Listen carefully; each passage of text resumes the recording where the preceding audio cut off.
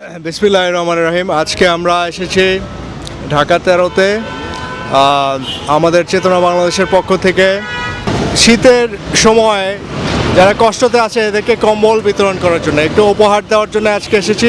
এর আগেও আমরা এসেছিলাম মোহাম্মদপুর এবং আদাবরে।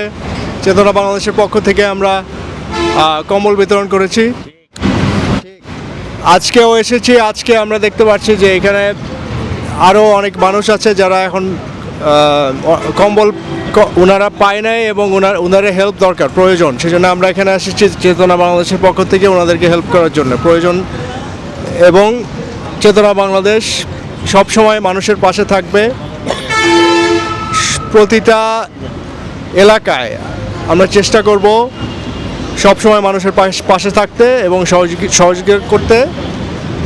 আজকে সবার কাছে দোয়া চাই আমার বাবার জন্য, বীর মুক্তিযোদ্ধা আব্দুল সালাম সাহেব।